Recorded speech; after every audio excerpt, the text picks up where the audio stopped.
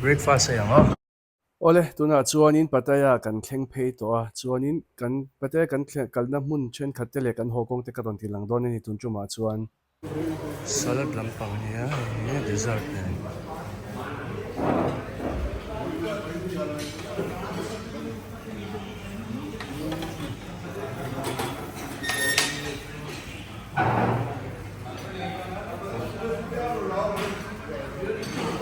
sandwich bukan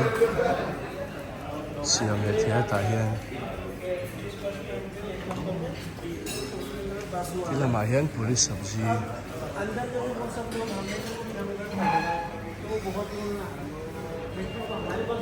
ni vele ya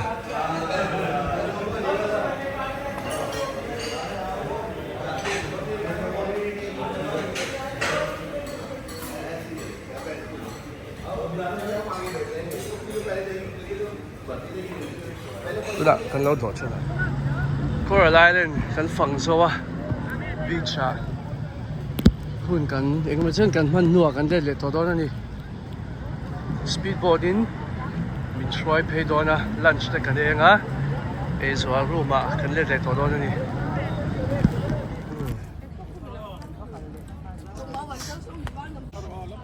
Pattaya viewpoint an ti chu helai hi ni a alui tui pui po alang chiang khop mai a long nen anal khop mai building zong zong nen Miami te po min thria chhuati alan dan hian mo kal chuang mi alawa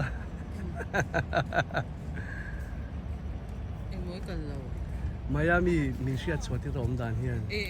ase kal chuang lo oh thalak ka mu vela changin mo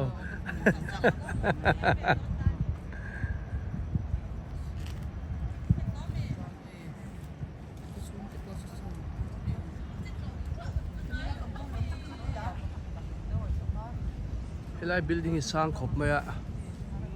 an la sa so lawa an stay zok nge mani o te kan lo thia he sang khop mai khu ta among la lang thei lo zoka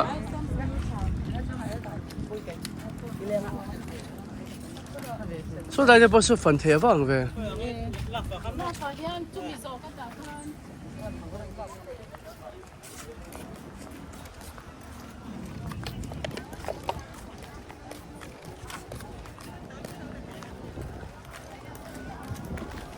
Tại lùng phun này về Pattaya Rotary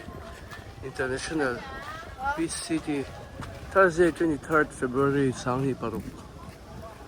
Founding Committee Advisor te nông về độ mấy à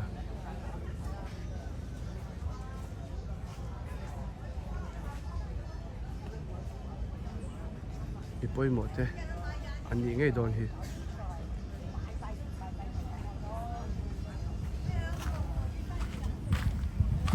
Thì là có mấy thì lại thấy đẹp bao nhiêu mà sẽ cái liệt đòn hết tập bằng về thì cần sắp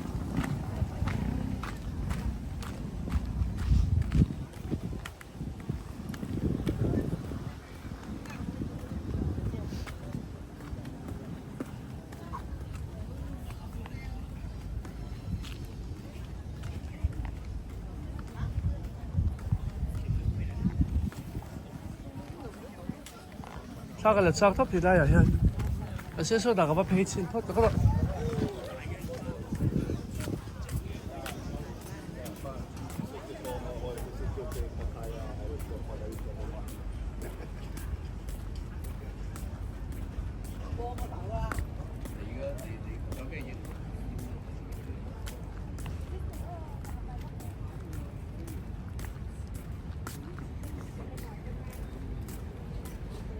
open gym hi open gym hay chưa để tất cả open gym thế nhưng nó bao nhiêu phiền nó cái bao nhiêu tiền hi em view hi chạy em mày à hay hi hay là multiple restaurant mà thì hẳn ấy pa hẳn ấy in pa có thiệt cái bao nhiêu nuông nữa cơ mồi khóc mày, mồi lé mày. Than lần nữa sao nè, Korean nó latte pon mo. Hey, đây lạc sắc tụ pa, đây model. Anh bể là về khóc mày, anh là tụ ra ngay à.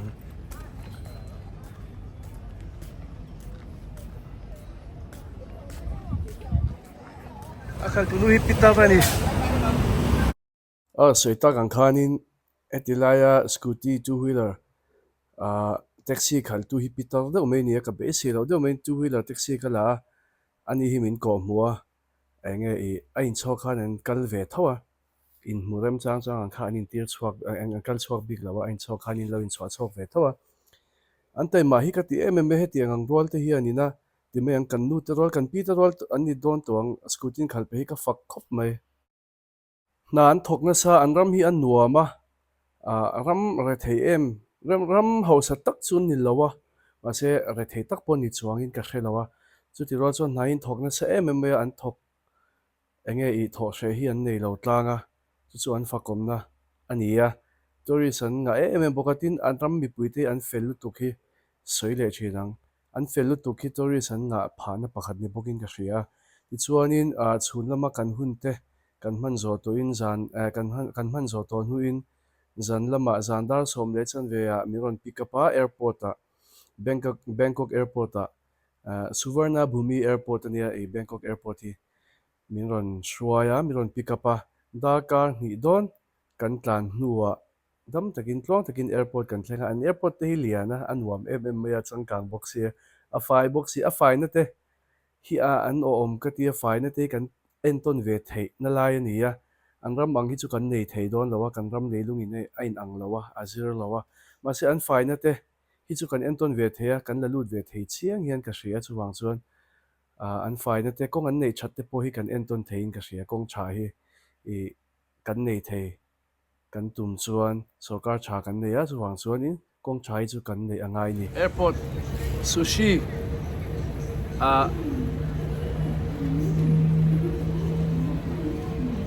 kan try don ni hi kan try nge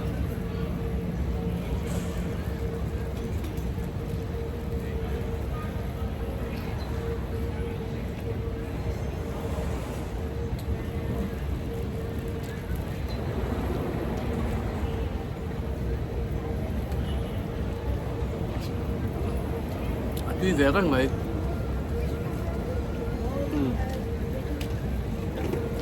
chui tục chuan he thil airport an da hi changkang hi kan ti khop mai airport jin mi te tan chuan in enge airport a hun ta kan mang china khatiang time waste nan khana tha ka ti lu tuka hei hi thalak na nia ti hianin screen a hianin ama hianin camera te an da screen hi e attach vek the ti me ti hianin kan gesture mang khan kan zaizir mang khanin alo scan enge alo scan vek ka ti me alo mu vek ka kan om dan kha ti chuan kan thalak du na hmun te kha thlan the USA te Japan te Turkey te mo thlan the pathum kha ti chuan ni ka ti zan te vur tlalai lem te le chi hrang hrang thlan tur kha awm boka background a khan chuanin a zuwa khan ti hian thla kan lak zo thla voi ni mi ron hme saka hme zuwa scan tur ma ti chuan chu kan download le ni a tha khop mai ti chuan airport a hian kan awm rei ve ang renga kan flight ten delay wangin zingdar ni le mi chom li chuak tur kha Dali le chen ve mi ron delay sak dor me a ti chuan in kan thlo chhuat tak hi chu dar nga vela ri toin ka hria chu chu India sana chuan Dali le chen ve vel bor ni to do ni chu da ka khat le chen ve in a kan in thlawa India an nu zo kan ni chu mo Bangkok sana ma zo ti chuan in a kan thlok chuak Bangkok chu avoi ni na tan ke ta kata ke chuan in ti deuh khelila avoi hi na tan ke chuan ka mang tha le ta alung len thak khop mai tun chung kan zin hi nuam kan ti tlanga kan in ngei kan in kom ngei tlanga ka zin pui te reng reng hi zin pui hin nuam vek zel mai ma ka zin te po khan ni thon ngei om zel mai tun chung mi te poin ngei om le khop mai alung len thlaka tin Bangkok te po angai oma kan hun man te Bangkok Pattaya kan hun man te angai oma kan thlok chhuak tu te chu ril ru chuan in a thlir zui ve nge thlir let ve wang wanga angai toilet ve wang wang kan hun man te reilo te chungin Aizawl kan thleng mai don ti kha ril ruin a hretanga chu wang chuanin lung te po leng em maya an airport hin nal em boka kan han thlok chuak tur te po hi adet te chuai kan han thlok chhuak don tak te chuan khuwa var chep to chuanin hei hi Bangkok van chung sang atanga lan dan ani a thlawna atanga lan dan ani a amoi khop maya e khopui moi takani a Zanah po moi chhuna po moi Bangkok nge khopui an changkanga kan tluk lo deuh ani India ang zo pon kan tluk lo deuh ani aram a moya aram mi puan fel box hi pathian sala dang takin Kolkata kan thleng le ta a ti chuan zingdang tuna hian zingdang nga daruk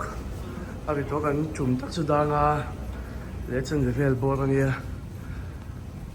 chuan ta kan om chuan kan chhuak thei chuan zingdang riat le chen ve Aizawl kan pandon ani Aizawl kan thleng ta dam takin in lo sin a lo Kung in sina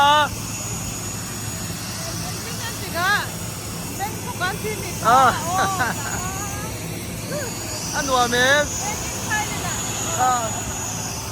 Fang Cheng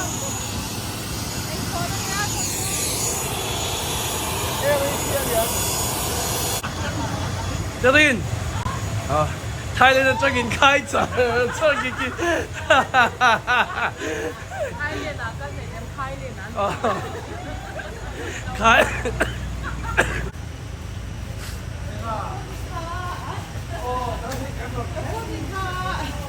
umami po kaka duty kan Aizawl ni đâu thì hết cái chuyện Aizawl ni nang eh Em cô ta khá mô em ai chứ là khá chứ. À passport cái ở đây là thấy Thailand chấp gần là đó. Ai yêu cái phải cái gì, yêu cái phải cái gì đó. Anh đi mua, nó tôi rồi. Hello ole Thailand atangin tuang takin Aizawl kan ron thleng le ta ka video te point lo enanga kan kal dan min zot na sa etingin kala etinge engzangin sen ngai ti te min zot na same chu wang chuan khati lampang kha karon soi tel do na tun chu ma hianin uluk do in lo ngai thlawula kan kal dan tak chu kanina changin leng pui motorin kan kala chuanin leng pui changin kan thloka Kolkata te han tila in lo mom lo in tum lo dan deuin ka soi ole ka ron wang me ni kha ama sain Grace Tours and Travels noya kan kala ni Grace Tours and Travels noya kan kala hei hi Alberta ani tu pa Alberta ani ya Instagram akan Grace Tours and Travels tin an oma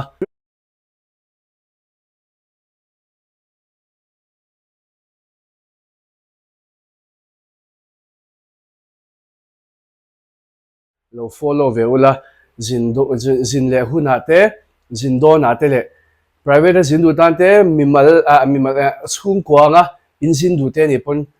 plan an siam sak vek thea trip khan siam sak vek thea chuwang chuanin hetia tu ranga in kal man lawat in local man lote mo in local rem chang thelo te ni chuan family ang te chian ho ang te le amal ang te pon mo mi pahile ang te pon a siam tir vek thea chuwang chuan lo follow la lo bet top mai ro Alberta khamo ti chuanin Grace Tours and Travels khanin DM vek thea a message vek thea Instagram ti chuanin a chuan number po ka lo tar langa ti chuanin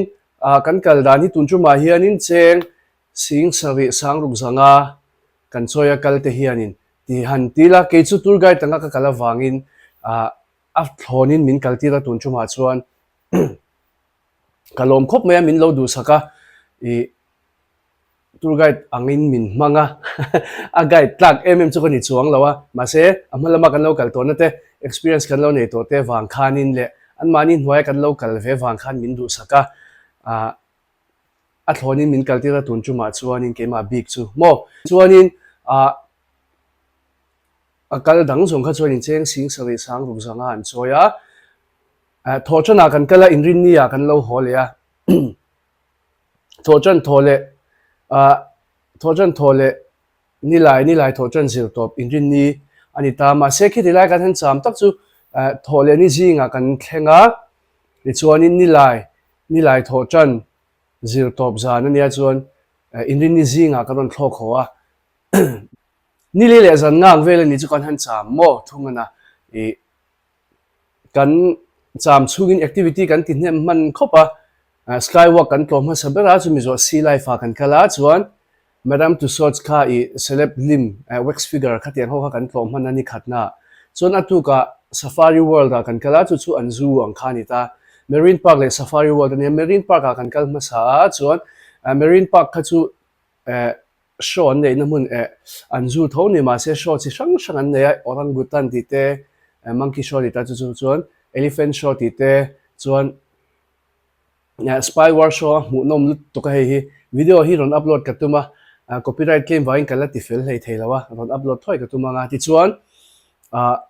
movie ron chang hi ni top ang box siamo aron puak du da aron zoi aron support poda kan chutna bulate anno am to experience dang dai le to ka ti chuanin dolphin show le sea lion show le show chi sang sang ma ta khanin I kan kal lo na po om cheu mai ti chuanin ni khata khan a he ati zo man big lo ni chu ti chuanin chu mi zo chuanin safari world kan kala chu motorin kan fangta sakete saite zebra chi sang sang ran sa khan lo ma tol la ya konga kan wa kal to pati khanin a safe mm thunga a hlom lo a experience dang dai to pa a hlom du lu to kan hlom chu ma se a safe mm thunga ni de ha kan sei dunga ti ha kan sei do I chuanin anin hina ni ta ni chu chuan ani thum ni ya pataya kan pana pataya chuan kan pan na konga James Gallery kan tlo khowela jewelry store lian ber Thailand na oma chu mi huna chuan kan kala I min fan pui phata ma sain an history te I lunglu an lak chwa dan te stones chi sang sang an lai chwa dan te an technique te an ron show ti khan kan kal kola train te hian kan chuang amo nuam re tu ka thim do han kan luta enge I chen kha tan jon scary right te po ang te po kha a te khin thayang ba se a chung chu scary chuang lawa a right a shim shim chu khatiang chi kha nia ten train kan chuanga te khan ron show se la chu mi zo chuanin a dora kan luta tle chu amoi fam ki mani ti top mayang amoi lom em ka kalpui te po khan in len oma I zungbun te mo an le amoi a hlu topa I aman kalman kha om ve ni chu khami hun kha lunglu chi sang ran ka chak diamond chi sang a tamlut to ka nal box ya in lo tloin local ani chuan poisa po in ring rula a begin me se pe chuan in lei duin nei nge ka renga chu wang chuanin in ring rula thai but hi cheng kan cheng ni le poisa somnga ni ya chu wang chuanin in rin thiam theinan cheng sangli zanga man thai but sangli zanga man po lei don ula India poisa chu nuai khat text ten nuai khat sing khat sang sari velan akai chhodor da chu wang chuanin a thai but khan tlom viang ma se India poisa chu lo tlom le lu tuk chin lo chu wang chu khalai tak kha James Gallery in tloa jewelry store in kala thil in lei du don ani chuan poisa in keng lok ro a chan chu kitilai a Thailand ti chop level a chun hela changa in exchange fel loka kal lok me ka cha he kan kal la nuai Grace Tours and Travels ti hian in anti sarvek the bo khatiang khamo tin an mani nuai kal lo ni pon currency exchange kha anti sarvek the tho ti chuanin kan kal zela pataya kan thlenga ti chuanin pataya kan Zanah kan chola kan chol hadama James Gallery ro kala soi mai James Gallery kan close ho khan Tiger Reserve kan kal ya Tiger Reserve chuan sakai thalak pui thei te nia ti chuanin no pangtan po puiting tan po lak pui thei da lak pui tur te om sanga ti chuan a reserve chuanin motorin safari world an thei motorin kan kal kwala sakai an lo om lo bok fel fur maya cha le content lo danga an den khop maya an zuam lo khop maya ma se a safety cha kan chuan na motor eng ma hlom chuang lawa chuanin he ma se kan thin chu phu dep tho an den the se mi ron mel chiang the siamo mi nei chak mel thei to ba chuwang chuanin I an zuam lo ma se an nuam to experience kha dang dai ve I chuanin Tiger Reserve kan close chuanin kan thlenna hotel kan pana Zanah te kan dine out touring street food video ka vlog te khain lo hmu ta tianga te khan kan khala chuan kan chol hadama chuan atu ka Coral Island kan kala atuga Coral Island akan kalak Coral Island kalkong akhanin parasailing kha para chuta in khai kan chi ka kalma sakpo ka tiang chi te khamo le twin hnuai lu te speedboat ride te le banana ride te kha om ta khang ho kha ati le vek the khami Coral Island tura khanin chuan atopa beach amin Vajropa beach a hun kan hmanga chuan kan let le a lunch te kan e a chuan Pattaya viewpoint a kan kal le a Pattaya viewpoint kan kal zo kan ho a chuan Zanah dar som vela airport panin kan chhuaka chuan zinglam indini zing ani tong chu indini zing darli vela ka ron ho ta a flight in chuan Kolkata chu Bangkok to Kolkata ni Kolkata to Aizawl kha le chen vela ka ron thlok le dar som le chen vela Aizawl ka ron thleng ani ti chuan in Coral Island bi kha chi in shia beldu ka renga Coral Island tour a kha din khatiang pada sailing te Coral Reef twin hnuai lu te le speedboat ride te banana ride te kha man na nei vek thunga ma se combo in an siam combo in sang hi sanga an tia chuan a combo kha a hloka inti ve don ro ni chon combo kha la top la pali chili khai ti khal thod dona chuan twin hnuai lu man te twin hnuai lu te kha enge thalak man te kha om se chuan chuan sang hi sanga khan a free vekin ka share chuan chuan sang hi sanga bat sang hi sanga o chu India poisa chuan cheng sang rum zang hi somnga ni chu o chu tiang vel chu ni ma se kalve mana kalvetak ro wa khatiang ti kha experience nia ti ve nge kha tha ka tia inkala in ti ve thei chuan ti ve nge ro kha kan recommend bok cheu ni ti chuanin abak zong kha chu lunch te po aniang kan kala changa kan thlo achanga kan thlona changa kan thlen man hotel man te khatia activity chi sang kan ti man kha Coral Island bi ka khatia activity dang vati ti lo kha chu a free vek to mo cruise dinner kan nei teng te po kha a free vek to book sa vek ke mani in reservation om thapa book sa vek ania kalman sing sa sang ru sanga khani na tel veka chuan hotel a hianin breakfast a free nge boka thlen mana hianin chuan dinner ro chu mani in tu mangai thunga tia kan kal hian mo dinner ro chu mani in tu mangai thunga ma se street food tlom de tui de watama chu wang chuan lungai thlang lo kha chu poisa man tam na vak to rom lawa chuanin Skywalk te poka ticket ngai ve kania ilu man nei ve kania ma se khang te poka kan ticket mana tel ve to sea life te Madam Tussauds te chuan Safari World te mo Marine Park le Safari World te chuan khatianga khanin poisa enge choya ngai ve ka chuwang chuanin poisa choya ngai ve ka ma se kan kal mana khana tel ve to thunga kha include ve kani chu an activity a khan mo chuwang chuan kan kalman sing sari sang ruk zanga kha ana lem lo ani namani pon kalula chu tiang vel tho chu in sen ka renga chuwang chuan activity te hanti le phei chuan in neu te nen mo tura kal hi a hlok ve riau enge a save ve riau ni chu savings kha travel riau ni chu mo ti chuan shopping na hun toite kan nei reilu kan nei thui lawa kan acha chu activity kan nga wangin kan me section khat phei chu zuwa kal lo chakin an bazara khatiang vel khania chuwang chuanin shopping khatiang te po kha he asset tir vek the shop du hun te shopping he mini shopping dan dang te po kha ti vek the thawa chuwang chuanin inkal don khan mani kal tur te emo chung ko kal tur te emo tan kha chuanin plan khan siam sak vek the Grace Tours and Travels lamina tour program aron siam ro kha chu an mani siam man kha follow ngai thunga chu ma se shopping na hun min pe vek thawa kha chu lo lungai su in bazar man vek thawang ole ti chuanin ka soikim to ka ding ka share kan kal dan te kan kal nan huai te tu kan agency te khatiang khanin ka soikim to ka deuin ka share zobel tur de motion bel cha kan chon Grace Tours and Travels kha lo beru Instagram in chir lawan ole ti zong khanin se ka channel te milo subscribe pa ka video te milo like ka milo share sa sel tun ka som chewa video le pe ka kan mile chho don ya